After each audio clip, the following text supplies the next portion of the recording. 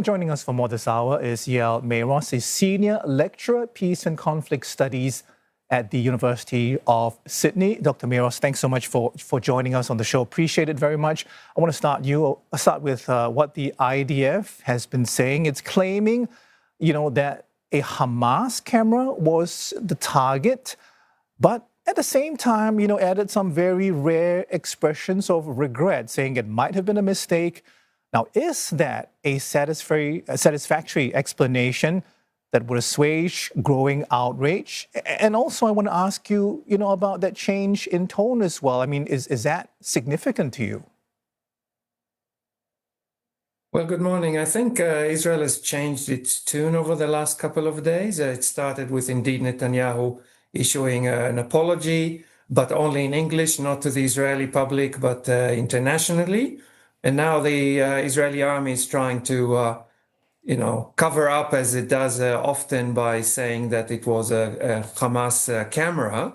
But then we hear voices from within the army, unofficial voices that are saying that indeed there are lots of cameras used by Hamas, but it's not necessarily the case in this time, because the Nasser hospital, any attack on such a sensitive installation requires a very high level authorization, and apparently this time it was not given. So it could have been a local initiative.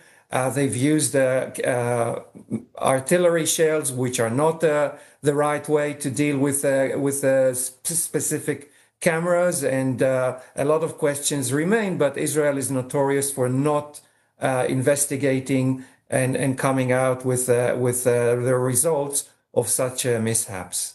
So it doesn't sound like you think, Dr. Mayroz, that this, could lead to changes. I mean, in particular, in the way the IDF operates, using things like double tap attacks in built-up urban areas which are full of civilians, as is the case in Gaza, or it's, I suppose, basic attitude towards journalists who are, operating in the Strip.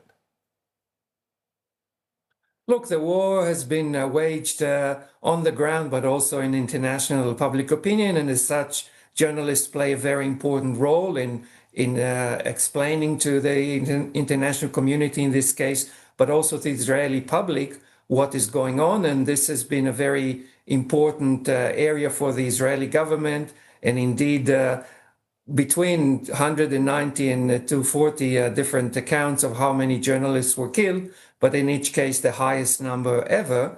And so I think this is something that there needs to be a lot more outrage. But what we see is when this happens, there's some outrage, and then the international community moves forward until the next round. This time, because it was a hospital, I think the voices are stronger, but again, adds to the pattern that we're familiar with, where the Israelis are not investigating, and local initiatives sometimes on the ground, other times maybe higher level, continue to target journalists.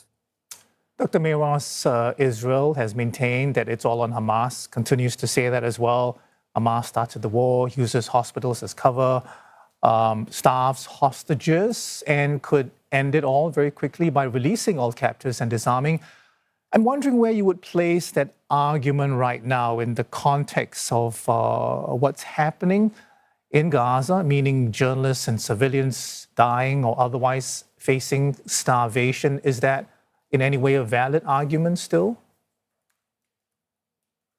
I think it's a valid argument, but it's not enough. If Hamas stopped the war, if Hamas released the hostages, then indeed the fighting is likely to stop, but this will not stop Israel from going after Hamas. It may change the way it does so, but still the ability and the aggression is coming for a long time now, mainly from Israel, and the ability to stop Hamas from or force Hamas to release the hostages is more limited than the ability, in this case, of the Americans to force Israel as a state that is beholden to international law to take such actions.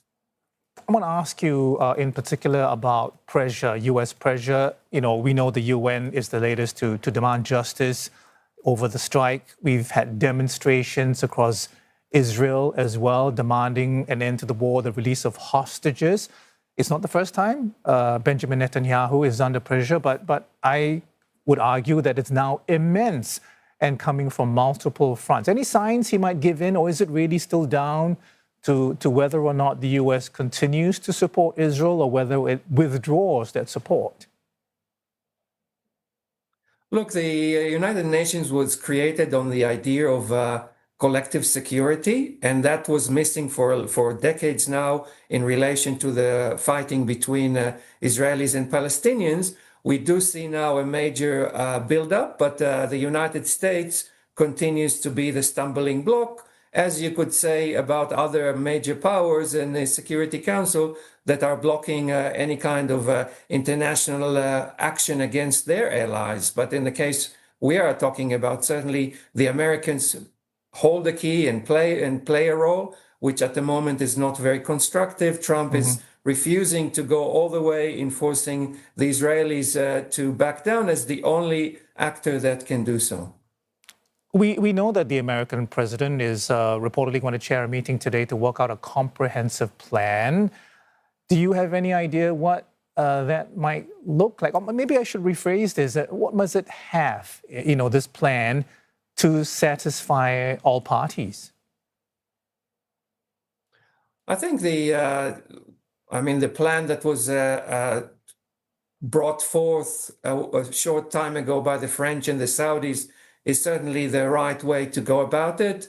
They've gone further than before. Whether the Americans that at the time said that it wasn't constructive enough will abide or will adopt some of these measures, I think they will. But how far and to what extent will that include this pressure on Israel that only the Americans can do? I think that's the major question, because indeed, calling for a two-state solution is important, but it does not change the situation on the ground in the immediate future. Dr. Mayroz, we have to leave it there. Thank you so much for your time this morning. Eyal Mayroz is Senior Lecturer, Peace and Conflict Studies at the University of Sydney.